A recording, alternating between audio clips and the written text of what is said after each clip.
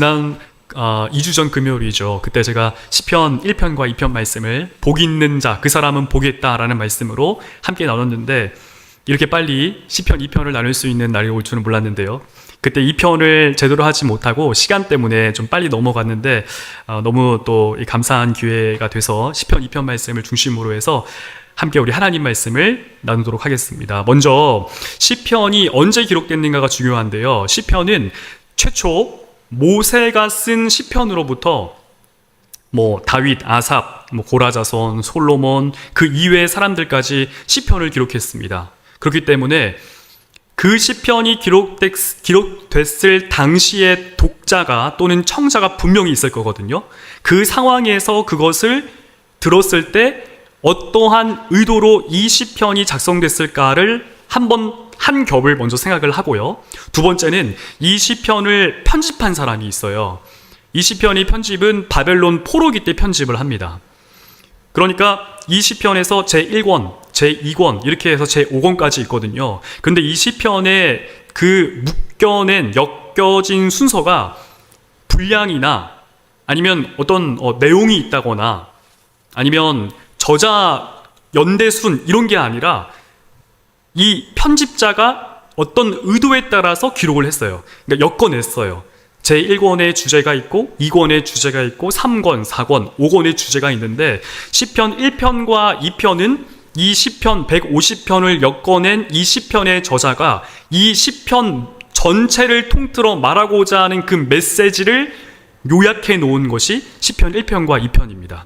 이 1편과 2편이 전체의 시편을 바르게 볼 수 있는 하나님의 뜻이 담겨져 있는 안경으로 봄에 있어서 학자들 간 다 일치를 해요. 여기서 엇나간 사람들은 사실 엇나갈 수 있겠죠. 근데 우리랑은 좀 진영이 다르거나 아니면 이 바른 근거를 제시할 수 없는 학자들이 그런 얘기를 하고 대다수의 학자들은 1편과 2편이 전체 시편을 바라볼 수 있는, 해석할 수 있는데 아주 중요한 주제이자 핵심적인 것을 앞에 놓았다.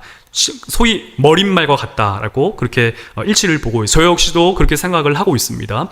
왜냐하면 3편에 보실까요? 3편, 여러분 성경 3편 위에 보면은 파란 글씨가 될 수 있고 검은 글씨가 될 수 있는데 다윗이 그의 아들 압살롬을 피할 때 지은 시 이렇게 기록되어 있죠. 이거는 여러분 성경이 비싼 성경이어서 막 주석가들이 따로 이렇게 주석해 놓은 그게 아니라 시편의 제목들이 다 있어요. 1편, 2편 빼고요. 1편과 2편이 제목이 없는 것은 이 시편 150편을 엮어낸 편집자가 전체의 150편의 이 시편을 통해 말하고자 하는 하나님의 그 뜻을, 그 의도를 적어넣기 때문에, 기록했기 때문에 그렇습니다. 그래서 1편과 2편을 이해하는 게 시편 전체를 이해하는 데 너무 중요하고, 특별히 이 시편의 편집 연대가 바벨론 포로기 때에 작성되었다라는 것 때문에 대단히 이 시편 말씀을 받는 청자들이겠죠. 왜냐하면 그때는 이제 구두로 하나님 말씀을 구전으로 전했기 때문에 이때 최초 청자가 이 말씀 들었을 때의 배경이 이 시편에서 말하고 있는 내용과 그 간격이 상당히 큰 것으로 알 수 있어요. 이것을 전제로 시편 1편과 2편 말씀을 함께 살펴보도록 하겠습니다. 오늘 1편은 이제 간략하게 보고요. 2편을 중심으로 살펴보겠는데요. 자, 기억하셔야 합니다. 지금 이 시편이 바벨론 포로로 끌려갔을 때, 지금 여행 갔을 때가 아닙니다. 지금 아주 마차 타고, 아니면 오늘날로 따지면 비행기 타고 아주 아주 1등급에서 비행기 비즈니스 같은 거, 비즈니스인가요? 좋은 자리를 제가 안 타봐서 모르겠지만 좋은 자리 타서 넘어가는 거 있죠? 그 혼자 개인실이 있는 거. 그런데 타고 넘어가서 그렇게 편한 여행이 아니에요. 지금 바벨론 포로로 끌려갈 때 재산이고 다 없는 상태로 노예로 끌려갔어요. 그리고 예루살렘 성전이 파괴돼서 성전을 향해 기도할 수도 없고 제사를 드려야 되는데 제사 드릴 수도 없었고 정체성 자체가 완전히 혼탁해지는, 거기에 누군가가 있어서 이끌어주면 좋은데 아무도 없는, 그냥 포로로 끌려가서 포로로 살아가는 그런 가운데서 이 하나님의 말씀을 기록했다라고 하는 것을 우리가 이제 알아야 합니다. 처음부터 이 시편의 기자는 복 있는 사람이 누구냐, 그 사람은 복 있다라고 하면서 아슈레이 하이쉬 이렇게 그 사람은 복이 있다 이제 연계형으로 이렇게 쓰는데요.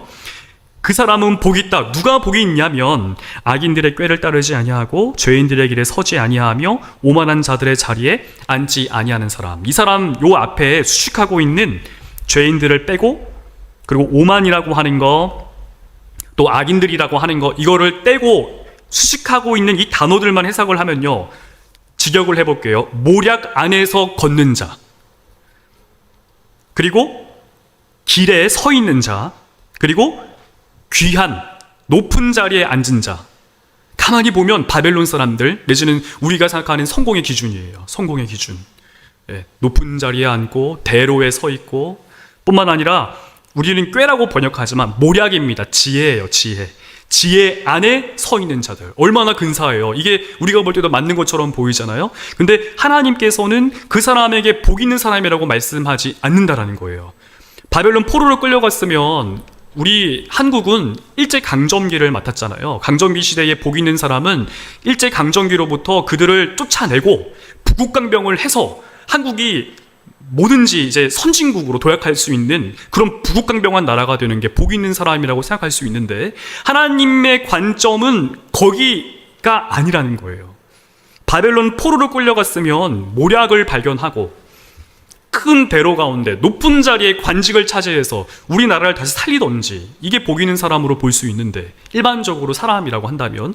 근데 하나님이 말씀하시는 복 있는 사람은, 잘 보세요, 모략 안에 걷지 않는 자가 복 있고, 죄인들의 길에 서지 않는 자가 복 있고, 오만한 자들의 자리에 앉지 않는 자가 복 있다. 이렇게 볼 수 있어요. 복 있는 자는 이러한 데 있지 않는다예요.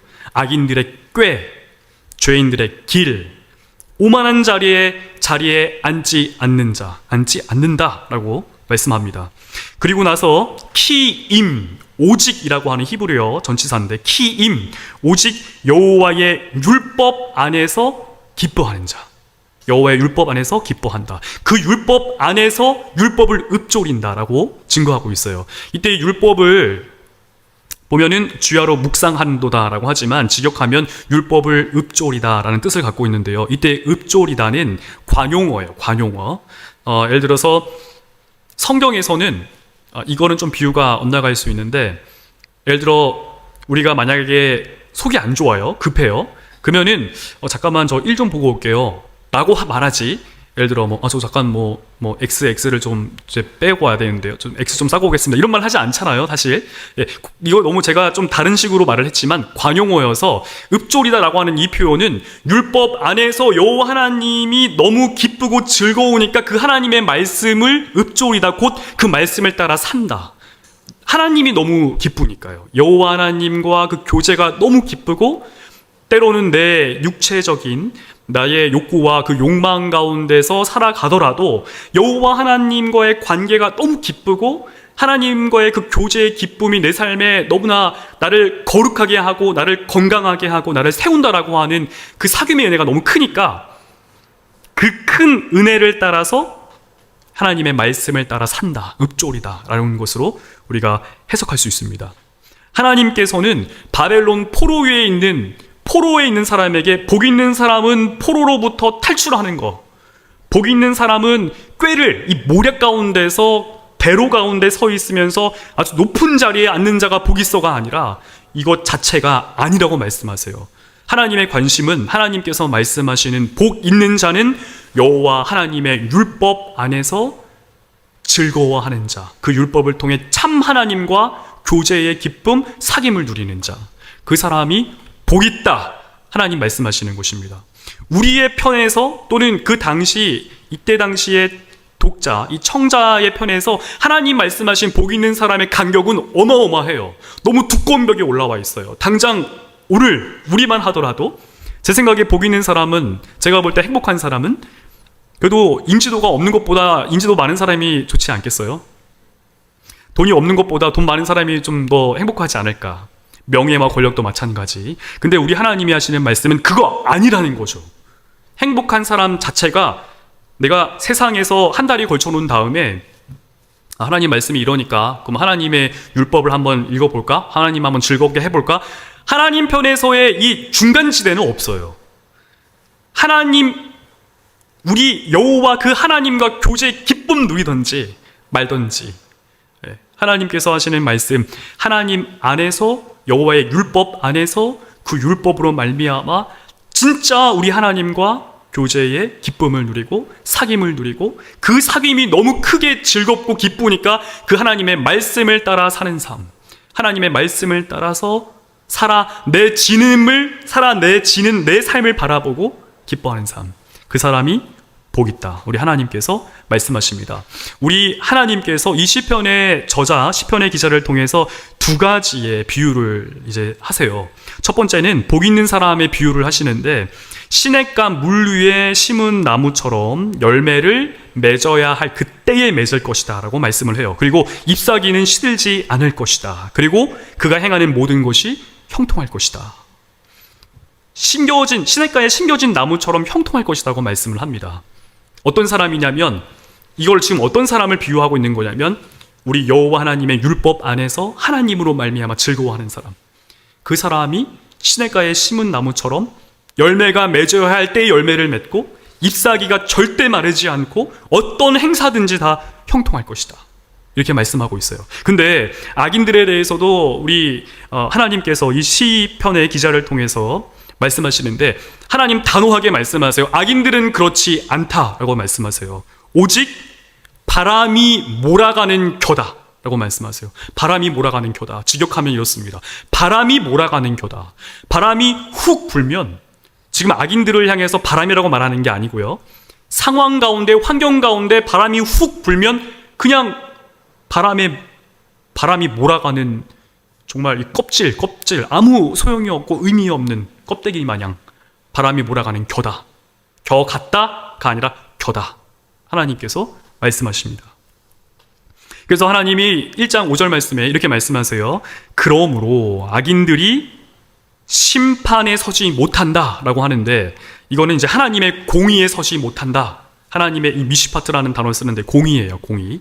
하나님의 공의에 서 있지 못한다라고 말하면서 죄인들이 의인들의 모임에 서지 못한다. 인즉슨 여호와 하나님의 그 율법 안에 있는 의인들, 하나님을 신뢰하는 자들, 이 하나님을 신뢰하는 자들 가운데 하나님의 공의가 미치거든요. 하나님의 주권과 하나님의 뜻이 미치거든요. 이것 가운데 견딜 수 없는 거예요. 이것 가운데 서 있을 수가 없고 함께 할 수 없는 것입니다. 하나님이 그렇게 말씀하세요. 그리고 1장 6절 말씀에 왜냐하면, 이 모든 것이 가능한 이유, 제가 지난 금요일 날에 2주 전에 이거를 이제 강조를 했는데요. 어떻게 이때의 의인은 하나님을 신뢰하는 자예요. 하나님을 신뢰하는 자, 의지하는 자. 이때 하나님을 신뢰하고 의지하는 자가 어떻게 여호와의 율법 안에서 즐거워할 수 있을까? 사실 우리가 오늘 저만 하더라도 내가 여호와의 율법 안에 즐거워해야지, 하나님 말씀 안에 즐거워해야지, 이거 어떻게 하는 거예요 도대체? 즐거워하고 싶은데 우리 전사님 많이 피곤하시다, 일하고 오셔서 많이 피곤하실 텐데, 즐거워하고 싶은데 즐거워할 수 없는 상황들이 분명히 오잖아요. 사실 어떻게 즐거워할 수 있지? 이렇게 하면 되나? 저렇게 하면 되나? 성경은 근데 그렇게 말하는 게 아니에요. 성경은 그렇게 말하고 있지 않습니다. 이게 가능한 이유, 의인이 여호와의 율법 안에서 즐거워할 수 있는 이유, 하나님과의 교제의 기쁨, 사귐 때문에 너무 기쁘고 즐거움이 넘쳐 흘러서 여호와의 말씀, 이 율법을 읊조리며 살 수 있는 그 이유가 바로 여호와께서 의인의 길을 아시기 때문이다, 이렇게 증거하고 있어요. 의인의 길을 아시기 때문이다. 이때 아신다, 알다, 안다라고 하는 이 단어가 하야가 아니고 이 단어가 야다입니다. 야다라고 하는 단어를 쓰는데요. 이 야다는 이제 어떻게 번역을 하냐면, 아담이 하와와 동침함에, 이때 동침이 야다예요.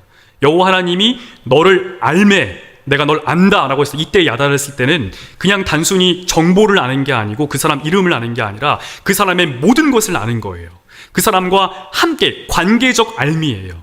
그래서 이 야다라고 했을 때 여호와 하나님이 의인의 길을 아신다라고 하는 것은 하나님이 그와 함께 하신다, 하나님이 그와 동행하신다, 하나님이 그와 교제의 기쁨을 누리신다, 하나님이 그와 사귐을 누리신다, 이렇게 우리가 봐야 합니다. 우리 하나님이 먼저 우리와 교제의 기쁨을 누리시길 원하시고, 하나님이 먼저 우리와 사귐을 원하시니, 사귐을 누리게 하시니 우리가 마땅히 당연히 정상적이고 당연한 반응으로서 여호와의 율법 가운데 우리 여호와 하나님으로 말미암아 즐거워할 수밖에 없는 것이죠. 시편에서 1편은 복 있는 사람, 이 사람이 복이 있다라고 했을 때 포로기에 있는 유대인들에게 아주 강력한 권고가 아닐 수 없습니다. 때로는 어떤 사람에게는 이 시편의 1편 말씀 때문에 시편을 안 볼 사람도 있지 않았을까 싶어요. 왜냐하면 이게 어떻게 행복한 사람입니까? 할 수 있거든요. 어떻게 바벨론 포로에 끌려가는 우리에게 행복한 사람이라고 말하면서 어떻게 여호와 하나님 눈에 보이지도 않고 하나님과 그 율법 안에서 즐거워하는 거 그거 어떻게 해야 되며, 이 6절 말씀을 오해하거나 6절 말씀에 대한 그 은혜를 느낄 수 없다면, 알지 못한다면 사실상 이 시편 말씀에서 말하는 복 있는 사람, 이 사람이 행복하다라고 했을 때 받기가 참으로 어려울 거예요. 그래서 이 말씀과 다른 관점, 다른 그런 측면에서 시편 2편 말씀이 기록이 되어 있습니다. 보면 어찌하여 이방 나라들이 분노하며 민족들이 헛된 일을 꾸미는가. 이 나라가 분노하고 그리고 이방인들이 이방 민족이 헛된 일을 꾸미는데, 이게 어떤 거냐면 2절 말씀에 세상의 군왕들이 나서며 관원들이 서로 꾀하여 여호와와 그의 기름 부음 받은 자를 대적하며 우리가 그들의 맨 것을 끊고 그의 결박을 벗어버리자 하는도다. 지금 이 말이 뭐냐면 하나님의 주권과 하나님의 통치에 대해서 불편한 거예요. 하나님이 우리에게 이렇게 말씀하시고 저렇게 말씀하시고 이거 말하지 마시오 하는 거예요. 불편한 거예요. 하나님의 그 주권과 통치가 미쳐진다는 거에 대해서. 이때에 세상의 군왕들이다라고 하는 존재, 그리고 관원들이다라고 하는 존재. 이 관원들이, 우리는 관원 하면은 마치 왕이 있고 그 왕의 좌의정, 우의정, 신하 이렇게 보잖아요. 근데 이 관원들이 사실은 통치자예요. 통치자. 그래서 군왕과 통치자, 이 둘 다 어마어마한 존재들이에요. 치세를 펼치는 존재들. 내가 하나님의 자리인 마냥, 자리에 앉은 것 마냥 착각할 수 있는 사람들. 이 사람들이 바로 그런 사람들인데, 이 사람이 하는 말이 우리 여호와와 그의 기름 부음 받은 자를 대적하면서 그들의 맨 것을 끊고 그의 결박을 벗어버리자, 이렇게 증거하고 있습니다. 우리가 그의 주권을 끊어버리자, 그와 상관없는 우리의 욕구와 욕망을 중심으로 내 뜻을 세우자, 이런 말을 하는 거예요. 그때 4절과 6절 말씀에 보니까 하늘에 계신 이 곧 우리 하나님께서 웃으심이며 주께서 그들을 비웃으시리로다. 하나님이 웃는다라고 말씀하세요. 이때 웃는다라고 하는 게 여러분 행복해서 웃으시는 건 아닌 거 아시죠? 이 맥락상 행복해서 웃는 게 아니에요. 비웃는다라고 하는 것은 가증스러운 거예요. 하나님의 보시기에. 세상의 군왕이다 하면은 이 바벨론 느부갓네살이 분명히 들어갈 거거든요. 느부갓네살과 함께 세상을 제패한 최고의 사람들, 최고의 통치자들이 분명히 들어갈 거거든요. 근데 하나님이 보실 때 우스운 거예요. 우리가 하나님의 주권을 끊어버리자, 하나님을 우리가 떠나버리자, 하나님 무시하자, 하나님과 상관없는 우리의 나라를 우리가 건립하자, 하나님 보실 때 우스운 거예요. 말이 안 되는 거예요. 그때에 하나님께서 5절 말씀에 분을 바라며 진노하사 그들을 놀라게 하여 이르시기를, 어떻게 말씀하시냐면 내가 나의 왕을 내 거룩한 산 시온에 세웠다 하시리로다. 시편 1편과 2편은 시편의 서론으로서 짝을 이루고 있습니다. 근데 우리가 사실 6절 말씀을 많이 간과하고 있어요. 6절 말씀을. 내가 나의 왕을 내 거룩한 산 시온에 세웠다 하시리로다. 나의 왕은 예수님이세요. 바벨론 포로 이후에 유대의 왕은 없습니다. 그 왕은 이방인의 왕이에요. 사실 헤롯은 이방인이지 사실 유대인의 왕이 아닙니다.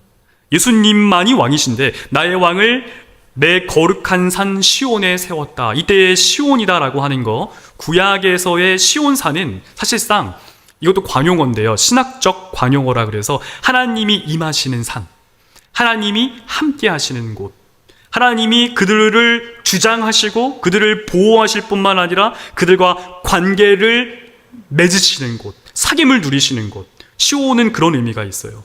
해서 거룩한 산 시온에 나의 왕을 세웠다라고 지금 말씀하세요. 근데 이 왕이 과연 무엇 하는 존재일까? 그게 7절과 9절 말씀에 있습니다. 내가 여호와의 명령을 전하노라. 여호와께서 내게 이르시되 너는 내 아들이라. 오늘 내가 너를 낳았도다. 이 말씀 아주 유명한 말씀이죠. 너는 내 아들이라. 찬양에도 있는 말씀이죠. 이 말씀을 우리 예수님께서 세례받고 올라오실 때 하늘이 열리면서 성령이 비둘기처럼 내려오사 하신 말씀이 너는 내 아들이라. 이때 이 말씀을 하세요. 우리 예수님께 돌리는 말입니다. 그리고 나서 하시는 말씀이 내게 구하라. 내가 이방 나라를 내 유업으로 주리니 내 소유가 땅 끝까지 이르리로다. 우리 예수님께 하나님께서 모든 통치와 치세를 허락하신다라는 것을 지금 증거하고 있으세요. 근데 예수님이 모든 이방 나라와 땅 끝까지 이르는 그 모든 것들에 대해서 예수님이 주신다라고 했을 때 그 목적이 있거든요. 그게 뭐냐면 9절 말씀입니다. 내가 철장으로 그들을 깨뜨리며 질그릇같이 부수리로다 하시도다. 심판에 대해서 말씀하세요. 그러니까 우리 하나님께서 나의 왕을 내 거룩한 산 시온에 세웠다라고 하는 그 이유, 오늘 내가 너를 낳았다, 너는 내 아들이라 라고 하는 그 이유, 이 메시아가 도래했을 때, 메시아가 이 땅에 왔을 때 할 것은 심판이라는 거예요. 심판. 이때 그 심판의 대상은 세상의 군왕들과 통치자들입니다. 근데 이렇게 보면은 마치 그럼 우리랑 상관없는 거 아닙니까? 우리는 군왕도 아니고 우리는 관료도 아니고 통치자도 아닌데요 할 수 있는데요. 근데 이 말씀을 이면적으로, 이 표면적인 이 문자로만 보는 게 아니라 이면적으로 살핀다면 내 삶의 주인, 내 삶의 고삐를 내가 잡고 있으면 그것은 내가 세상의 군왕과 같은 자예요.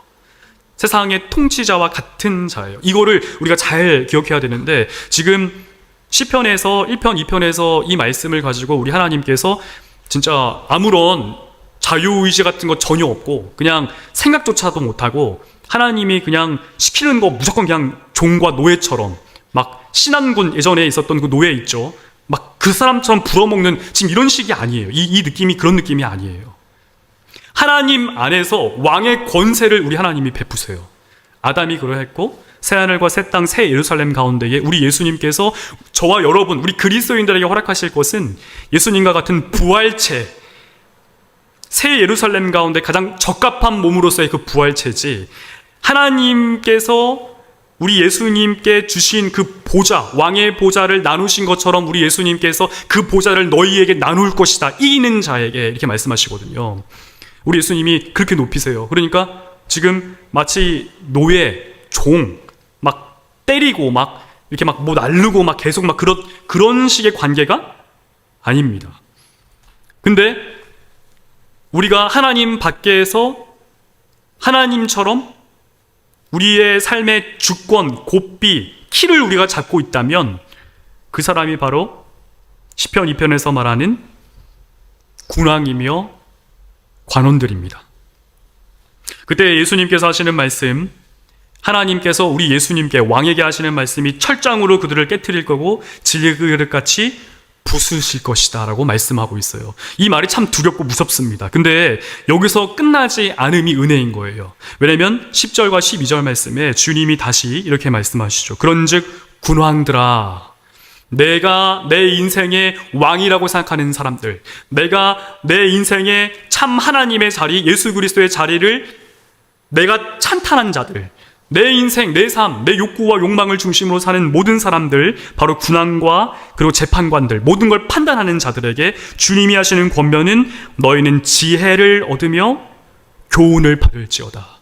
지혜를 얻으며 교훈을 받을지어다 라고 말씀하세요. 이때의 지혜와 교훈이 뭘까 고민할 수 있는데 12절 말씀을 통해 이 지혜와 교훈이 누구에 대한 내용인지, 누구를 가리키는지 우리가 알 수 있습니다. 그의 아들에게 입맞추라. 그의 아들은 바로 예수님이시고, 이 예수님은 이 지혜와 교훈의 내용이 되세요.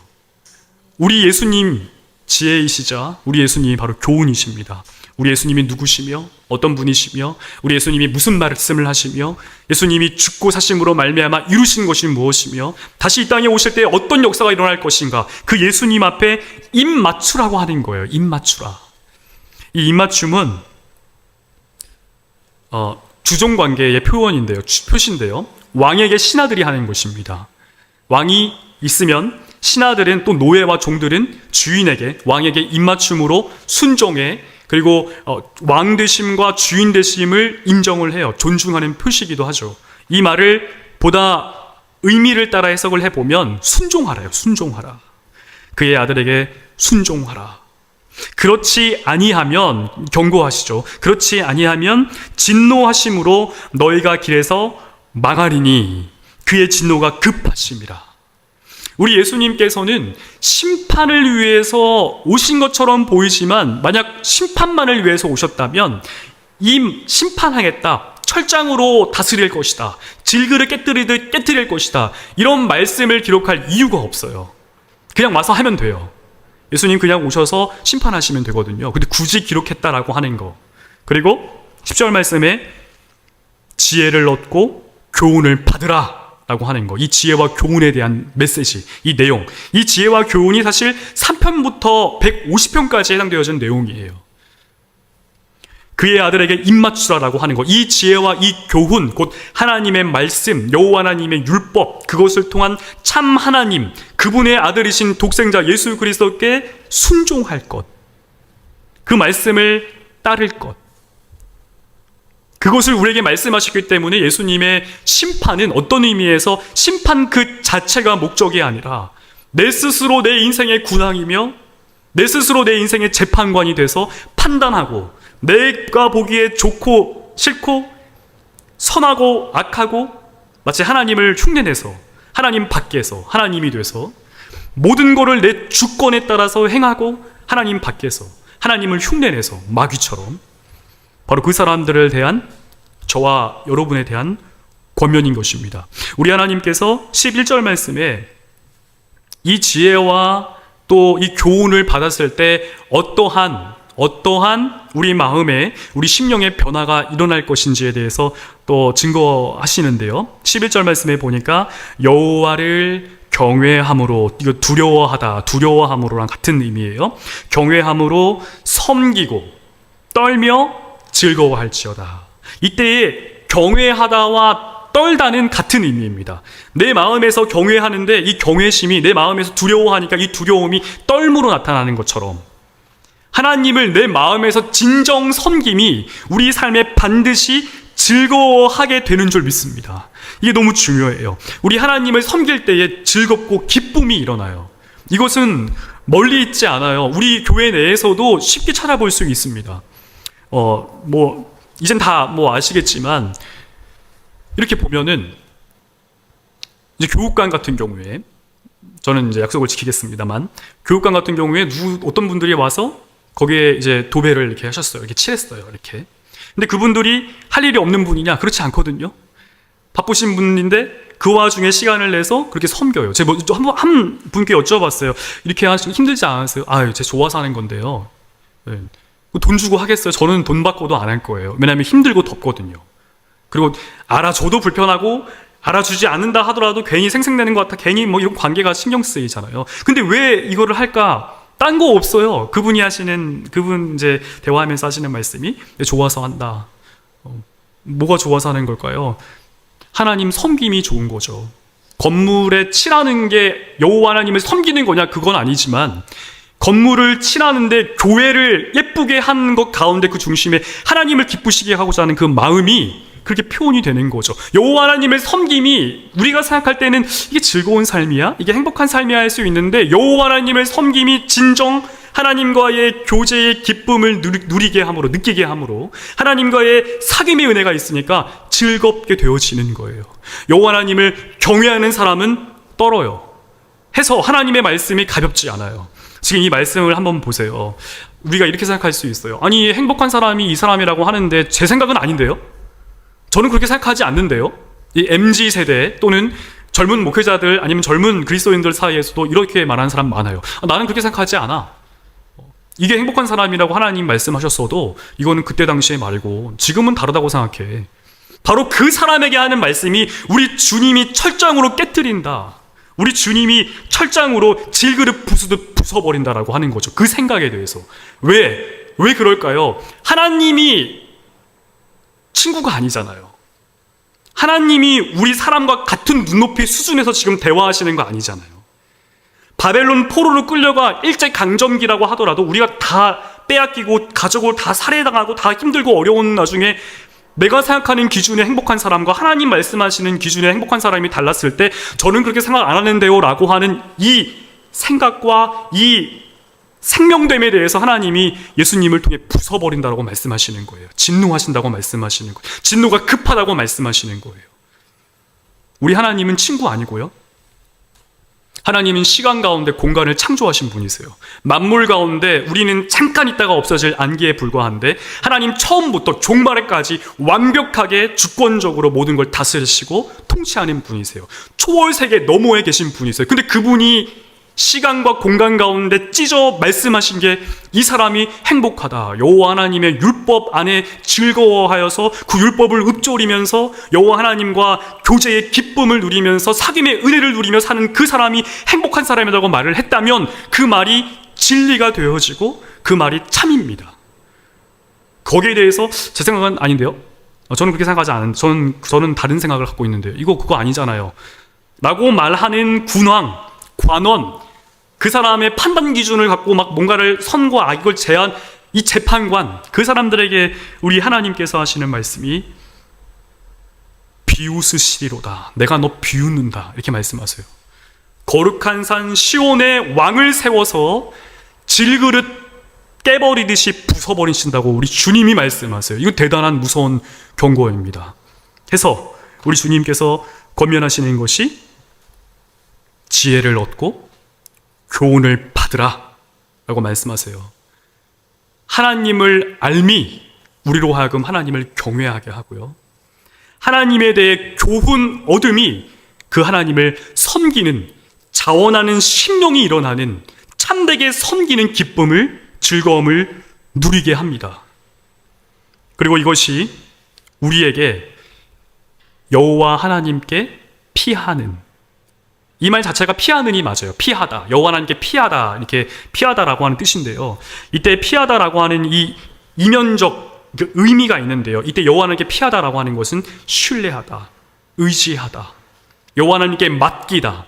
내 삶의 고삐를 맡기고 내 삶의 키를 맡기고 내 삶의 모든 것을 신뢰하고 의지하는 사람. 그 사람은 다 행복하다. 다 복이 있다. 주님이 말씀하세요. 재미있는 것은 1장 1절에 복이 있는 사람, 이 사람이 복이 있다라고 했잖아요. 그리고 2장 12절 말씀에서 여호와께 피하는 모든 사람은 복이 있다. 딱 복 2번 나옵니다. 복이 2번 나오는데 시편 1편 1절에 나오고 시편 2편 12절 딱 여기서 나와요. 이 복 있는 사람의 공통점이 있어요. 여호와 하나님의 율법 그 안에서 즐거워하고 그 율법을 읊조리는 삶. 여호와 하나님을 경외하고 섬기는데, 그래서 여호와 하나님이 누군지 알기에 하나님 뭐 쉬워, 하나님 나랑 뭐 친해, 이런 관계가 아니라 떨고 그 섬김에 기뻐하고 어떠한 일이든지 주님께 피하고 주님을 신뢰하고 의지하고, 이 신앙은 결코 막연하고 주술적이고 자기 최면적인 신앙이 아니에요. 절대로 그리스도인들은 그렇게 살지 않습니다. 나는 그리스도인이다. 나는 하나님 앞에 나는 내 삶을 드려야지. 내 삶을 드릴 거야. 드릴 거야. 이렇게 그리스도인 이렇게 살지 않아요. 이렇게 앵무새에 읊조리듯 아무런 의미 없이 그렇게 말하지 않습니다. 진정 신앙 고백 가운데에 이렇게 살지 못함 속에 애통해하고 비통해함 가운데 우리 하나님께 신뢰하기를 원하는 통회하는 마음을 가지고 나아가죠. 우리 주님께. 그래서 이 사람은 결코 맹목적, 맹신적, 주술적이거나 자기 최면적인 신앙이 아니라 진짜 우리 하나님 배 업고 하나님과 관계함 가운데에, 그 교제함 가운데에, 기쁨 누림 가운데에, 사귐 가운데에 삽니다. 우리 여호와 하나님께서, 우리 주 하나님께서 그 사람을 가리켜 행복한 사람이다 라고 말씀하십니다. 말씀을 맺습니다. 제가 사실 지난 2주 전 금요일 날에 이 말씀까지를 나눴어야 되는데 제 개인적인 얘기를 하느냐고 이 말씀을 많이 나누지 못해서 대단히 좀 송구한 마음이었는데, 그래도 이 하나님의 은혜로 이 수요 예배를 통해서 시편 2편을 함께 나눌 수 있어서 너무 감사하고요. 우리 하나님께서 원하시는 삶이 있습니다. 근데 그 하나님은 아까도 말씀을 드렸지만, 그리고 이 모든 성경이 말씀하는 바 그 하나님은 우리가 생각하는 그 수준의 하나님이 아니세요. 여기서 100년 사신 분 안 계시잖아요. 그죠? 100년. 한국 땅에서 100년 동안 살았을 때 그 100년이라고 하는 시간, 한국이라고 하는 이 지역 가운데서 그 전해진 하나님을 알 뿐이에요. 그죠? 모든 사람이 마찬가지. 부분적으로 하나님 알 뿐이에요. 그래서 하나님이 천지를 창조하셨을 때 이 시간 가운데, 태초에 시간 가운데, 공간 속에 만물 가운데 어느 한 시점에 태어나 죽는 사람이 성경을, 이 만물이라고 하는 틀 안에서 내게 주어진 시간 동안에 이 성경을 알고 사람들, 복음 증거자들, 그 사람들에게 하나님 말씀을 통해서 우리가 하나님을 본다라고 했을 때 굉장히 제한돼요. 그래서 우리가 생각할 때 오늘도 은혜 받았네? 좋아? 이 정도면 됐지. 이렇게 살기가 쉽습니다. 근데 예수님께서 하늘에 오르실 때, 강림하실 때까지 우리 가운데, 그리스도인 가운데 성령님을 주셨어요. 이게 제일 중요해요. 개혁파 신앙, 하나님 말씀 바르게 해석한다라고 하는 우리 신앙의 선배들은 어느 누구도 성경을 해석함에 성령 하나님의 조명하심에 대해서 간과한 사람이 없습니다. 성령님이 계시기 때문에 시간과 공간 틀 안에 계신 우리 수준에서 변산시켜서 이해하는 그 하나님이 아니라 이거 너머에 계신 초월 세계에 좌정하신 예수 그리스도에 대해 누릴 수가 있어요. 그 예수님이 다시 오실 거에 대한 확신이 일어나요. 언제 오실지 모르죠. 시간이 이렇게 흘러가고 있는데 이런 흐름 속에서 언젠가 오실 거야, 빨리 오신다고 했으니까 이런 식이 아니거든요. 위에서 아래로 수직으로 꽂는 시간이요. 빠르게 오신다라고 하는 것은 이렇게 오는 게 아니라 이렇게 내려오시는 거예요. 긴급하게, 임박하게 오신다라고 했을 때 그 미래의 사건에 대한 확신을 우리 성령께서 주세요. 세상의 너머의 초월 세계에 계신, 보좌에 앉으신 성삼위일체 하나님, 그 하나님의, 그 성령님의 조명하심 가운데 이 성경을 통해 우리가 하나님과 감히 교제를, 하나님과 감히 사귐을 누릴 수 있는 줄 믿습니다. 그 은혜가 저와 여러분 삶 가운데 아주 차고 넘쳐 흐르기를 축복합니다.